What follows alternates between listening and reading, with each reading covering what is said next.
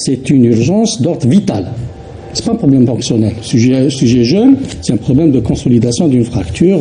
On les opère pour que la fracture consolide. Par contre, les sujets âgés, c'est pour leur éviter de sombrer dans une cascade qui est infernale. Là, une cascade, au bout de 24-48 heures, le patient peut décéder suite à des complications du décubitus, à des complications en rapport avec les maladies chroniques.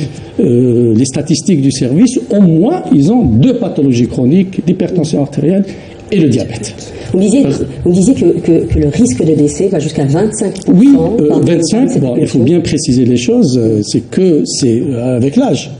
De 70 ans à 90 ans, ça augmente je crois, de 12 à 13% jusqu'à 24-25%. C'est corrélé avec l'âge. C'est-à-dire 90 ans peut aller avec 90 ans, vu l'âge, je répète encore que c'est une urgence vitale. Oui, alors le monde s'oriente aujourd'hui dans toutes les pathologies, pas uniquement celle-là, mais peut-être que dans celle-là, comme disait professeur Yarkoubi, c'est quand même une urgence, le pronostic vital est engagé, donc le monde aujourd'hui s'oriente vers la prévention, parce que c'est moins coûteux, et parce que c'est plus efficace tout simplement.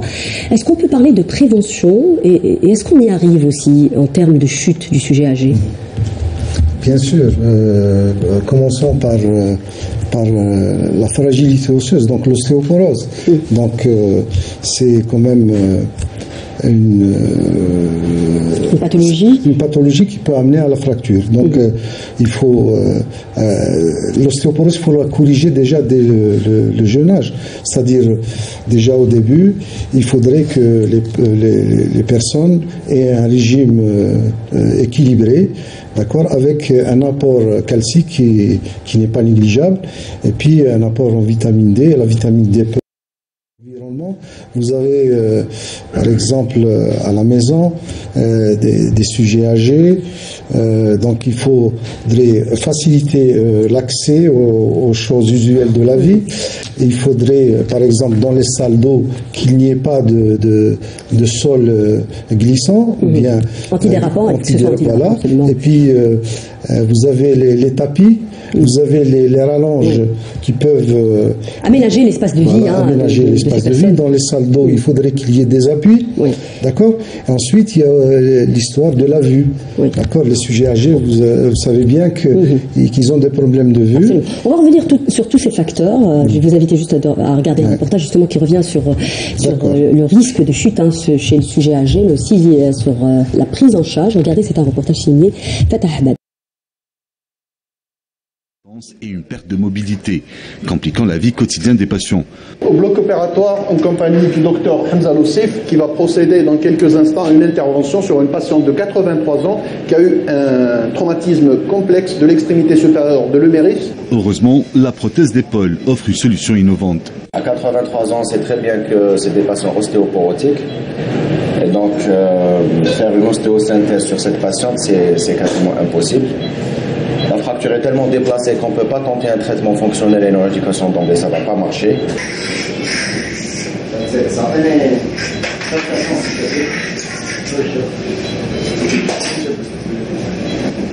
Il existe 2 types de prothèses d'épaule. La prothèse anatomique est utilisée lorsque le tendon est intact et le capital osseux préservé, assurant une bonne fixation. La prothèse inversée, en revanche, est recommandée lorsque le tendon est endommagé ou rompu. On néglige souvent cette pathologie du fait que le traitement qui est constitué principalement par la prothèse inversée pour être plus exact. La prothèse inversée permet de retrouver une épaule fonctionnelle et sans douleur en 2 à 3 mois avec une reprise d'activité physique après 2 mois. Cependant, elle peut causer une instabilité articulaire, des hématomes et des lésions nerveuses et sa durée de vie est inférieure à celle de la prothèse anatomique. Si on prend à temps ce genre de patient, donc il faut agir très vite en fait. Dès que la patiente se fracture, on a quelques jours pour opérer avant la consolidation de la fracture. Parce que si la fracture consolide, ça sera un calvicieux. Exactement, ça sera un calvicieux. Et le résultat des prothèses sur calvicieux est moins bon que si on traite immédiatement la patiente. Contrairement aux idées reçues, il n'y a pas de limite d'âge pour bénéficier d'une chirurgie de l'épaule. Cette patiente de 83 ans en est l'exemple. Elle a retrouvé presque toute sa mobilité après seulement 3 mois de rééducation. Mais avant, il faut dire qu'en médecine, les choses généralement sont structurées. On essaye de comprendre quand il y a comme ça des chutes. Ce n'est pas banal et ce n'est pas anodin. On essaye de comprendre ce que disait tout à l'heure justement Dr Larkem, les facteurs qui ont amené cette personne. Est-ce qu'on fait des espèces d'enquêtes quand on a des personnes qui arrivent justement suite à une chute? Il est nécessaire de faire ces enquêtes. Pourquoi? Parce que, comme on le dit d'ailleurs, un train peut en cacher un autre. C'est-à-dire, il faut savoir que plus de 25% dans les 2 années qui suivent le premier traumatisme, en fait, la première fracture de la hanche, on aura, c'est-à-dire ces patients feront l'autre côté, le côté contralatéral. Donc, ça sous-entend que, en fait, il y a un problème de communication avec le patient. Il faut dire au patient que pas de chute, pas de fracture. Donc, si on fait un peu de la pédagogie vis-à-vis auriculaire qui entraîne des syncopes, donc les personnes peuvent tomber. Il y a les personnes, donc si on parle des facteurs environnementaux qui ont été déjà cités par notre ami, Monsieur Yacoubi. Il y a aussi peut-être les yeux aussi, avant de passer peut-être aux facteurs environnementaux, absolument. Parce que ça, c'est très important. Il y a des gens peut-être qui ont des cataractes et qui ne se font pas opérer, qui disent que c'est lié à l'âge, c'est tout à fait normal, alors que non, finalement. Oui, et la diminution de l'acuité visuelle, parce que les gens qui ont des glaucomes. C'est ça. Vous voyez, donc il y a la cataracte, c'est la complication la plus fréquente chez le sujet âgé, mais nous avons aussi le glaucome, bien sûr. Nous avons aussi les personnes qui ont des hypertensions artérielles et qui nous font des AVC. Par exemple, des AVC, des pertes mnésiques, des gens qui ont ce qu'on appelle l'accident ischémique transitoire. Donc il y a beaucoup de maladies qui peuvent entraîner ce qu'on appelle la polypathologie chez le sujet âgé, qui peuvent être des facteurs qui causent la chute. Donc on doit chercher, absolument, c'est-à-dire prendre en charge. C'est-à-dire lorsqu'on prend en charge un malade, et puis un autre facteur qui a été déjà cité par Madame Mehroubi, c'est surtout le problème de la polymédication, ce qu'on appelle l'iatrogénie. Absolument. Aussi, là, on peut ça provoque des problèmes et déchets. Donc nous avons la polypathologie, nous avons l'iatrogénie, nous avons donc la sarcopénie chez le sujet âgé. Donc tous ces facteurs, lorsqu'ils s'entremêlent, ils entraînent ce qu'on appelle la chute. Ça, et puis nous avons les facteurs environnementaux qui sont très importants. C'est pour cela il y a l'apport de ce qu'on appelle les gérontologues, pas les gériatres, c'est les gérontologues qui nous donnent la conception d'un habitat conforme au sujet âgé. Ça a été déjà cité par mes amis, par monsieur. C'est surtout comment concevoir un habitat destiné au sujet âgé. Ça, c'est le grand problème. Il y a aussi les chaussures. Peut-être ça peut paraître anodin, mais c'est très important aussi d'avoir des choses, d'être bien dans ses baskets. Hein, oui, il y a d'avoir des chaussures confortables. Puisqu'il y a les chaussures, il y a ce qu'on appelle le kinasitodaw, il y a ce qu'on appelle les sandales, etc., qui posent un problème. Peuvent glisser, absolument. Qui peuvent glisser. Donc, il y a aussi les habits, madame. Il y a les habits, parce qu'il y a des personnes qui portent des habits qui sont trop longs et qui sont la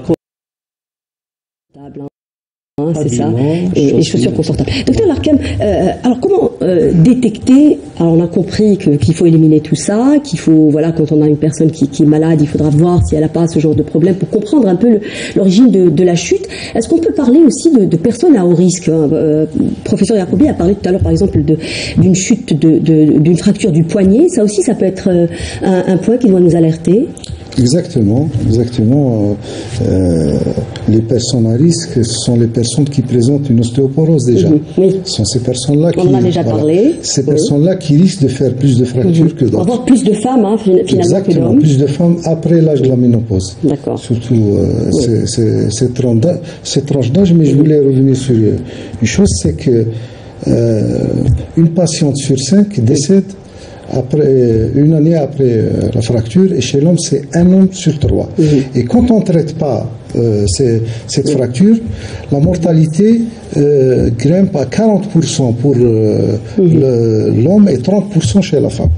Donc vous voyez un peu l'importance de consulter. Même si par exemple, la fracture n'est pas grave, même si la chute n'est pas grave, est-ce qu'on n'a pas tendance, par exemple, à banaliser, à dire que c'est lié à l'âge, c'est tout à fait normal si je tombe? Vous savez, il y a des fractures, c'est ce qu'on appelle, nous, le type 1 de Gardner. Oui. Ce sont des fractures qui ne sont pas déplacées, oui. D'accord.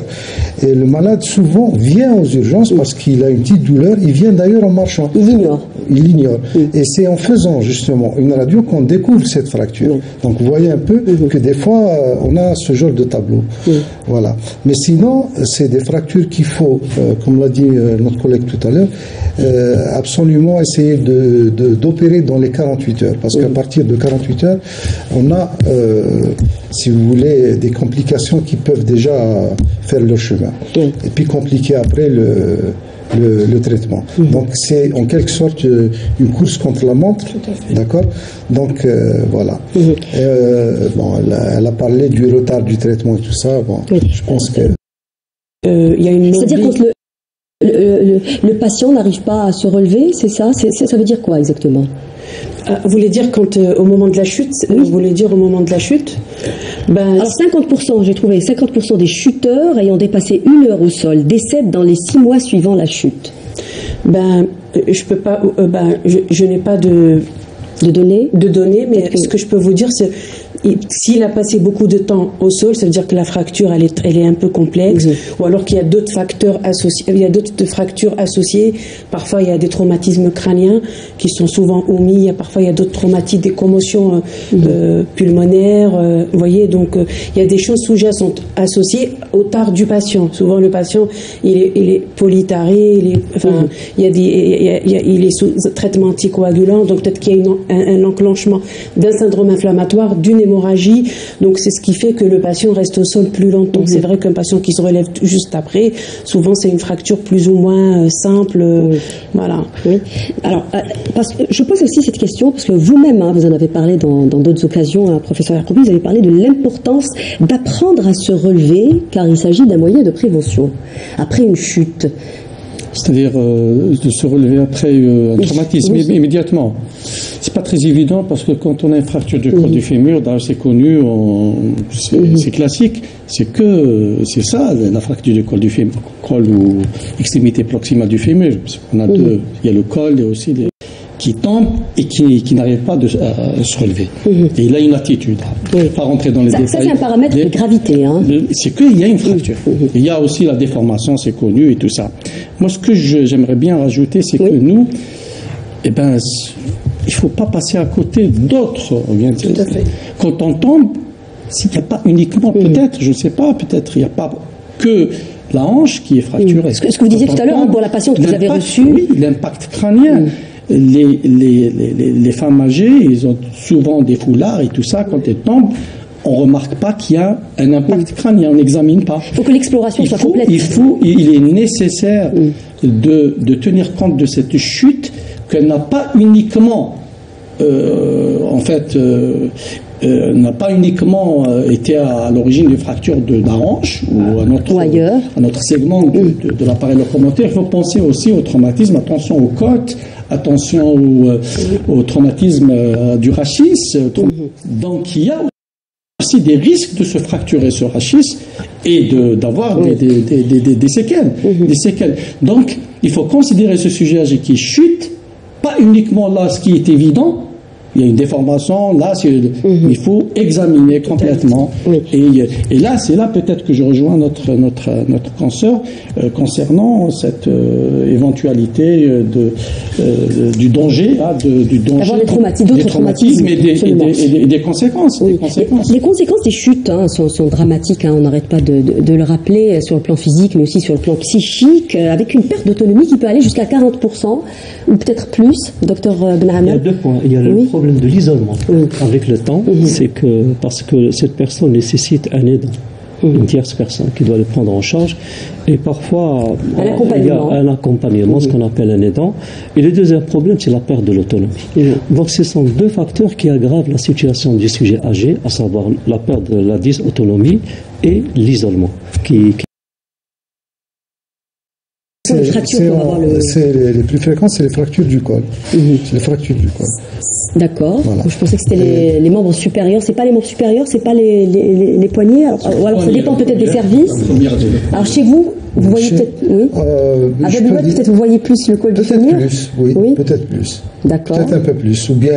Aujourd'hui, dans la littérature, je pense qu'on rapporte plus les membres supérieurs. Oui, effectivement. Parce que le poignet, c'est une fracture. Je peux permettre. Oui, peut-être celle du col du fémur, c'est la plus redoutée. C'est la plus grave. Absolument.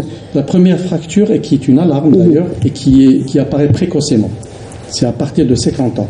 On fait la fracture d'extrémité inférieure du radius. Pourquoi? C'est un réflexe. Quand on tombe sur le talon de la main. C'est une protection, on protège le corps. Donc c'est la première fracture. Pourquoi on n'en parle pas? Parce que elle est banale. On la traite parfois, soit un traitement orthopédique, soit quelque chose qu'on peut faire comme ça, le jour du brochage. C'est pas l'excellence. Et c'est ça qui doit déclencher ce qu'on appelle fracture-capture. Maintenant, ça fracturaire. C'est la DMO. Maintenant, c'est automatique. C'est la DMO. C'est grâce à ça qu'on a pu faire des statistiques. Ça fait maintenant un peu plus de 5 ans qu'on a commencé à faire ça. On a commencé à faire ça avec le professeur Dahwa Bablouad aussi. J'étais avec son équipe dans ce sens. Je ne sais pas si ça continue à se faire actuellement à Bablouad. Et là, on revient à cette fracture qui est banale. Mais ça, c'est un message très important, professeur Yacoubi, justement à transmettre aux gens qui nous regardent. C'est-à-dire, si vous faites une fracture du poignet à l'âge de 50 ans, il faut être d'alerte, il faut faire attention. Exactement, il faut aller consulter. Maintenant, normalement, ça devait se faire automatiquement. L'orthopédiste, le chirurgien orthopédiste, que ce soit dans le secteur privé ou le secteur, doit orienter cette patiente, généralement c'est les femmes, en rhumatologie. Ils savent ce qu'il faut faire, il y a tout un bilan à faire et tout ça, et entre autres la DMO, et voir s'il y a des risques fracturaires, c'est risque qu'elle fasse plutôt une fracture beaucoup plus dangereuse, beaucoup plus mortelle, qui est donc la fracture d'extrémité proximale du fémur. Alors, le drame aussi, peut-être, vous pouvez me le confirmer, c'est que les personnes généralement qui chutent, ce ne sont pas les personnes grabataires. Vous êtes d'accord avec moi, docteur Eyoub? Ce sont généralement les personnes indépendantes qui ont une autonomie. Et c'est pour ça qu'on n'arrête pas de parler de cette importance justement de reprendre son autonomie. Voilà. En fait, c'est des personnes qu'on a envie d'opérer et on a envie qu'ils reprennent leur autonomie comme d'avant l'intervention. Voilà, donc on a envie de les rendre dans la même situation d'avant le traumatisme, si vous voulez. Donc, souvent, c'est des patients, même s'ils avaient leur autonomie, c'est des patients âgés. Quand on les reçoit aux urgences, ils sont déshydratés, ils sont dénutris, ils sont anémiques, ils sont tarés. Donc, il y a l'appareil cardiovasculaire, il y a l'appareil urinaire, il y a aussi le foie aussi. Donc, pourquoi je parle du foie? Parce qu'il y a les médicaments. Donc, nous, en anesthésique, c'est vraiment pas la même chose. Et même la préparation, bon, je dis réanimatoire, parce que normalement c'est une préparation médicale. Parfois elle est réanimatoire quand ils arrivent dans des états graves, choqués, mais souvent c'est un traitement médical. Donc on fait une réhydratation pour éviter les insuffisances rénales. On les met parfois quand la durée entre l'intervention et l'hospitalisation est longue. On les met même sous traitement anticoagulant pour éviter tout ce qui est problème, complications, maladies thromboemboliques.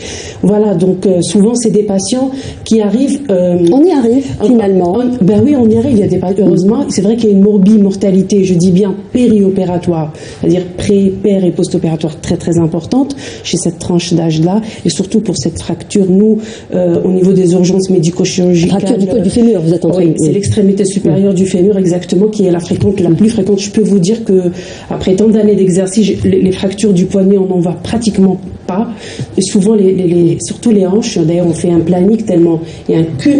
C'est pour ça que vous ne les voyez pas. Non, je parle du service d'urgence, elle n'atterrit pas en réanimation.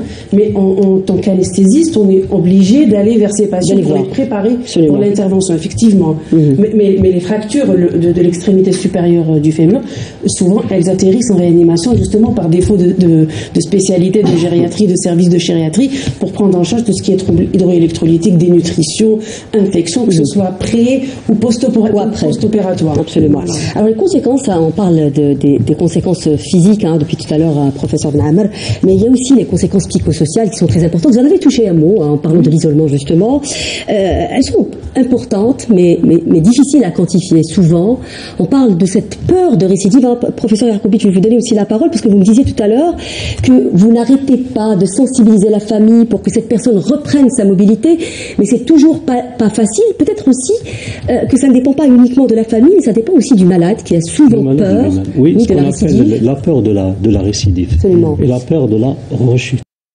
Donc la personne va s'auto-inhiber, c'est-à-dire il y a une inhibition de la personne, donc elle va diminuer ses déplacements quotidiens, et c'est une source donc d'isolement chez le sujet âgé. S'il y a l'isolement chez le sujet âgé, il y a automatiquement, avec le temps, la perte de l'autonomie, et puis les troubles, la tristesse, la dépression, ce qu'on appelle un syndrome de glissement. Oui. On appelle ça en psychiatrie le syndrome de glissement, et ça va entraîner avec le temps des troubles cognitifs. Donc ça a été remarqué, c'est une chaîne. À partir de cette peur, à partir de cet isolement, vous aurez donc avec le temps le trouble cognitif. Justement, on parle du syndrome post-chute. Ça se rapporte un peu à un syndrome post-traumatique, à peu près. Oui, c'est ça. Oui. C'est que la personne, elle a donc, puisqu'elle a chuté, elle sait, c'est-à-dire cette image dramatique d'une chute, automatiquement, elle a cette crainte de rechuter. C'est tout à fait naturel. Alors, qu'est-ce qu'on craint dans l'absolu? On en parle depuis tout à l'heure. Qu'est-ce qu'on craint dans l'absolu? Quand on parle de la chute du sujet âgé. Alors, d'abord la récidive, et ensuite il y a des patients, après une fracture, ils dégradent leur tare. Oui. D'accord? Ils dégradent leur tare, et puis bon, des fois, ça amène à des complications même difficiles à gérer. Et puis il y a le syndrome du glissement, c'est une dépression. Le patient ne s'alimente plus, il ne réagit plus. Et là, le rôle de la famille est très important. Je vais donner la parole justement à professeur Yarkoubi, parce qu'il tenait absolument à adresser un message aux familles. Alors, vous disiez que vous, après la prise en charge justement de ces patients, ils arrivent à marcher. Oui, malheureusement, à titre d'exemple, l'évolution de la médecine, l'évolution de la chirurgie orthopédique, l'évolution des implants. Maintenant, avant, le but, c'était l'extraire du lit, c'est-à-dire essayer du moins de le mettre au fauteuil, déambuler, tout ça. Maintenant, il y a des implants qui permettent de marcher le lendemain. Que ce soit immédiatement en marche pour les fractures trochanteriennes, et maintenant aussi pour il y a la chirurgie prothétique. La prothèse pour le sujet âgé, c'est pas comme le sujet jeune. Le sujet jeune fait tout pour conserver cette tête qui s'est fracturée. Par contre, le sujet âgé, on enlève cette tête. Pourquoi? Parce que si on synthèse cette tête, il ne pourra pas marcher. Si on met un visage. Par contre, pour lui éviter ce problème de ne pas marcher, de ne pas commencer à marcher, on lui met une prothèse. On lève la tête, c'est un truc rapide. On remplace par une tête artificielle, c'est la prothèse. Donc tout ça, il faut que les parents, parce que le sujet âgé, vient de le dire notre ami Mustafa, le sujet âgé, parfois, quelqu'un qui a 80 ans, 90 ans, et les capacités intellectuelles sont diminuées. Donc parfois, ils ne sont pas aptes à avoir cette information, à comprendre. Mais nous, les adultes, nous, c'est nos parents, il faut qu'on s'en occupe. Il faut qu'on les fait marcher. Et après, ils ne reviennent pas en consultation. Vous savez pourquoi? Ils décèdent. Parce que tout simplement, tout le travail qui a été fait, et qui était fait pour que le patient commence à marcher, reprenne sa vie, et bien les parents, en fait, la famille, les accompagnateurs, la famille ne suit aidants, pas. Et on le laisse au lit. Et voilà, continue avec son problème de glissement, son problème de décompensation des tares, etc. Il décède. La place de la chirurgie, entre parenthèses, la place de la chirurgie dans la prise en charge, elle est très importante. Elle est très importante. Elle est obligatoire d'abord. Il faut tout faire pour les opérer. Avant, on a vu tout à l'heure dans le reportage que tout le monde peut être opéré aujourd'hui. Il n'y a pas une limite d'âge. Ni la limite d'âge. On a mis sur une patiente d'un siècle. Oui, récemment. Elle est sortie en marchant. On a même la vidéo. Si Mustafa, je témoigne, ma grand-mère. Ouais, exactement. 102 ans. 102 ans, voilà. Elle est sortie en marchant. Voilà, donc ni l'âge n'est pathologique. Pardon. Maintenant aussi, je rends hommage aussi à nos réanimateurs. À titre d'exemple, nous avons une équipe de réanimation hyper, compétente. Oui. C'est le développement de la réanimation aussi. Je pense justement qu'elle veut prendre la parole, docteur Mihran. Justement, j'ai envie de parler. C'est vrai que depuis tout à l'heure, je vous entends parler des facteurs qui empêchent en fait les patients, qui empêchent le patient de déambuler au bout de 24 heures après l'intervention. Un des facteurs les plus importants, c'est la douleur. Donc la douleur, il faut qu'elle soit prise en charge d'une manière optimale. Il faut qu'il y ait des protocoles. C'est ce qui n'existe pas malheureusement dans nos structures. D'une manière générale, quand on parle aussi des chutes, déjà, on n'a pas vraiment de protocole aujourd'hui. Pour la douleur, que ce soit pour les sujets jeunes ou pour les sujets âgés. Parce qu'en fait, une personne qui a mal, elle va pas bouger du lit, même si elle a 20 ans. Une personne qui n'a pas mal, elle peut déambuler dès le lendemain. Un sujet âgé, avec l'aide de la famille, avec tous les facteurs que vous avez cités tout à l'heure, s'il a pas mal, il va se relever le lendemain. Il va faire des efforts avec l'aide. C'est un grand frein finalement, la douleur. Voilà. Donc, il y a un protocole déjà en intra-hospitalier, si vous permettez. Oui, bien sûr. Il y a un protocole une fois sorti à la maison. Voilà. Et nous, en tant qu'anesthésistes, on a des techniques d'anesthésie, ce qu'on appelle les techniques d'anesthésie loco-régionale. Déjà pour prévenir tout ce qui est décompensation de tâches chez ces patients, on favorise ça par rapport à l'anesthésie générale.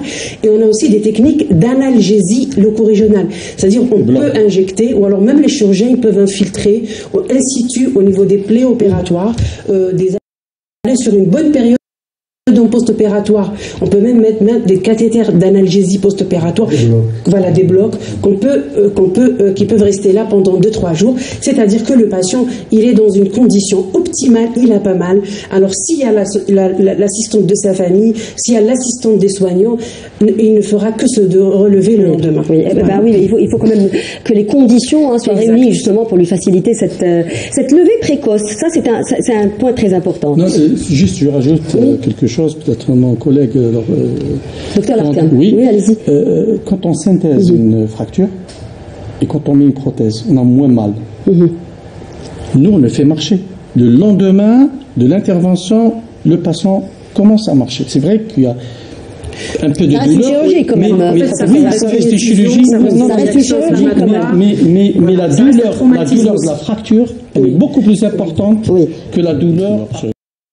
Là, oui, docteur Larkan, alors, objectif des traitements, levée précoce, reprise de l'autonomie, on va dire comme ça. Oui. Éducation. Est-ce qu'il y a une possibilité aujourd'hui, est-ce qu'on peut parler de réapprendre à bouger sans tomber? Exactement. Oui. Alors, vous savez, on l'a dit, le but du traitement, c'est de remettre le patient debout et qu'il se remette à la marche. Il faut dire que cette mobilité le protège de beaucoup de choses. C'est ça qu'on va expliquer aussi. Exactement, il protège de beaucoup de choses. Et donc, après une intervention, après une prothèse ou bien après une synthèse d'une fracture pertrocantérienne, les patients sont mis à la rééducation le plus tôt possible. Ça, c'est un autre problème aussi. Souvent, c'est aux frais du patient. Vous savez, déjà, nous, on commence dans le service parce que le patient, surtout les patients... Ça reste insuffisant quand même, docteur Larkan. Je veux dire, en termes de... C'est personnes qui ont des fractures. D'accord? On arrête carrément le programme. Donc, c'est des malades prioritaires. C'est ça. D'accord. Donc, en rééducation, on disait. En rééducation, dans les services d'orthopédie, en majorité, on a des kinés. On a des kinés. Et c'est eux qui s'occupent de ce malade juste en post-opératoire. Donc, en général, quand on met une prothèse, par exemple, ou bien quand on met une synthèse, d'accord, un clou gamma ou autre, donc le rééducateur, il s'occupe du malade déjà le lendemain de l'intervention. D'accord. Il y a des exercices à faire. Et puis, si le malade se sent bien, s'il n'a pas mal, s'il n'a pas de vertige, s'il est bien équilibré, tout ça, le deuxième jour, il commence à marcher, à déambuler. Il est en position assise. Ensuite, on le met à la marche. C'est vrai que les patients, comme on est débordé, on ne peut pas les garder pendant longtemps. Donc, on les fait sortir en général vers le 4e, 5e jour. Améliorer l'équilibre, quand on parle de réapprendre à marcher ou sans tomber, alors est-ce qu'il y a des exercices aujourd'hui qui sont disponibles justement, docteur Benamer, pour améliorer l'équilibre de ces personnes? Parce que à l'origine, quand on chute, c'est que quelque part on a perdu son équilibre. C'est ça. Donc c'est pour cela qu'il faudrait agir sur les facteurs qui ont favorisé cette chute. Et deuxièmement, faire des exercices pour, comme vous avez bien précisé, ce qu'on appelle réapprendre à marcher. Parce que le grand problème avant, pourquoi il y avait cette levée précoce, parce qu'avant on laissait les malades s'éterniser entre guillemets, donc avec l'alitement, et ça provoque les indications n'étaient pas les mêmes avant. Oui, c'est pour cela on a parlé dès le départ cette évolution prodigieuse donc de la chirurgie dans le monde et en Algérie, parce que nous avons beaucoup de compétences qui prennent en charge ce genre de personnes. Parce qu'on ne peut pas garder éternellement un patient. Donc en chirurgie, on ne peut pas le garder éternellement pour la kinésithérapie, pour le faire. Mais maintenant, il faudrait qu'il y ait un investissement de la famille au sein donc de la famille elle-même, et pour que le patient puisse donc sortir de ce cap qui est un petit peu dangereux pour lui. Oui, absolument. Alors les bénéfices du maintien d'une activité physique, c'est très important, ça aussi, on parle de rééducation, mais d'une manière générale, d'une activité, on va dire. Le maintien de l'activité et de la mobilité. Vous voulez dire ? Oui, chez ces personnes. Le bénéfice, c'est déjà d'éviter la première des choses, toutes les complications de décubitus, les infections, les escarres, parce que souvent les patients, ils décèdent par ce genre de problème. C'est la grabbatisation. C'est ça. Ou alors, ils décompensent leur tare déjà préexistante, cardiaque ou pulmonaire ou autre. D'accord ? Donc, il y a aussi le côté neurologique, cognitif et tout, dépression et tout ça. Et mieux c'est pour lui, mais c'est clair, sur tous les plans. Oui. Il faut dire aussi que sur le plan ostéo-articulaire également, ça augmente la résistance de la matrice osseuse. Vous savez, les gens qui partent, les astronautes qui partent pour 6 mois, vous savez, quand ils reviennent, ils n'arrivent pas à marcher. Ils font de l'ostéoporose, parce que l'os, il travaille en charge. La solidité, d'ailleurs, nous, on favorise, quand on a des fractures, après un cal fibreux, on favorise, on encourage qu'il y ait l'appui. Pourquoi ? C'est pour le consolider. L'os est un tissu vivant et qui travaille en charge. Il se solidifie en charge. Donc, le sujet âgé, s'il veut, en plus éventuellement de traiter l'ostéoporose et tout ça, si on veut vraiment éviter éventuellement d'autres fractures et d'avoir des os beaucoup plus solides, il faut qu'il travaille. La deuxième chose, c'est les muscles. Oui, ce que disait tout à l'heure, c'est les muscles. Oui, les articulations, qu'est-ce qui verrouille les genoux si on n'a pas des muscles, etc. Tout ça, de le rachis également. Donc, il faut cette tonicité musculaire, et comment l'avoir, c'est par des exercices, par des renforcements musculaires, de la rééducation, et là aussi pour apporter cet élément important, un bénéfice. Absolument. Oui, il y a un bénéfice également neurologique et psychique, ça c'est très important aussi. Et je reviens, l'isolement, encore une fois. Je reviens à ce que disait notre ami, heureusement il est là, notre gériatre, et il fait un travail très très important en matière de gestion de tout ce qui est gériatrique. Revenons au problème psychologique, c'est à la famille. C'est à la famille, cette peur, cette appréhension, il faut que la famille n'encourage pas le contre, parce qu'ils peuvent être du côté du patient, dire non, il ne faut pas qu'il retombe, parce que c'est un vécu dramatique. Vous savez ce que ça veut dire entre blocs et tout ça, maintenant il y a d'autres problèmes, trucs d'anesthésie, etc.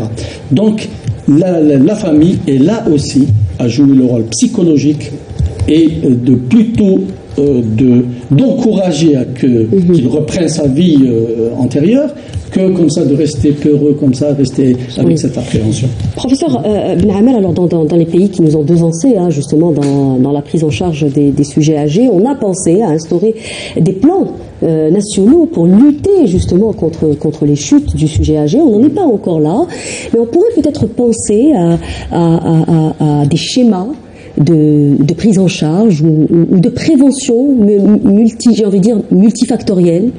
Moi, je suis tout à fait d'accord avec vous. Bien sûr, il faudrait voir la multidisciplinarité de ces chutes. C'est pour cela donc l'apport de chacun de nous, quel que soit dans sa spécialité, pour qu'on puisse donc élaborer un programme national de prévention contre la chute. Moi, je suis tout à fait d'accord avec vous, madame. Oui. Alors on termine avec peut-être un conseil. Rappelons les règles élémentaires pour ne pas chuter, peut-être pour les personnes âgées. D'abord, ménopause, d'accord, et les sujets, les femmes âgées, même, ça touche même les hommes, c'est l'ostéoporose. C'est pas vraiment âgé, hein, quand on parle des femmes, c'est à partir de 45 ans, hein, oui, c'est ça? Oui, des femmes, malheureusement. Oui. Mais en tout cas, c'est une pathologie qu'il faut corriger. Et Dieu merci, prendre en charge. Oui, voilà. Nos collègues rhumatologues prennent très bien en charge cette pathologie. Oui. D'accord, donc il y a ça. Donc avec tout ce qui entoure ces causes d'ostéoporose et tout ça, là je ne vais pas toutes les citer, l'alcool, le tabagisme, les antidépresseurs, les corticoïdes, il y a certaines pathologies, le diabète et tout ça. Qu'il faut surveiller. Qu'il faut surveiller. Ensuite, il y a l'entourage. Il y a l'entourage, on en a parlé tout à l'heure. À la maison, il faut éviter tout ce qui peut entraîner la chute du sujet, corriger la vue, corriger d'éventuels tares, surtout cardiaques et le diabète aussi. Donc ce sont tous ces facteurs-là. Des moyens de prévention des chutes et de leurs conséquences. Alors, je rappelle brièvement qu'il faudra aussi penser à aménager le domicile, hein, ça c'est ce que vous disiez tout à l'heure, et puis porter aussi des vêtements et des chaussures confortables pour éviter qu'on chute. Et puis parfois aussi ne pas avoir de gêne à utiliser des moyens pour déambuler comme des cannes ou le bras d'un tiers tout simplement, une personne de sa famille. Merci messieurs, dames d'avoir participé à cette émission et à cet effort de sensibilisation. J'espère qu'on a pu répondre ne serait-ce qu'à une partie infime des questions que vous posez à ce sujet. Cette émission est à présent terminée. Je vous retrouve samedi prochain et on parle des intoxications alimentaires. Au revoir.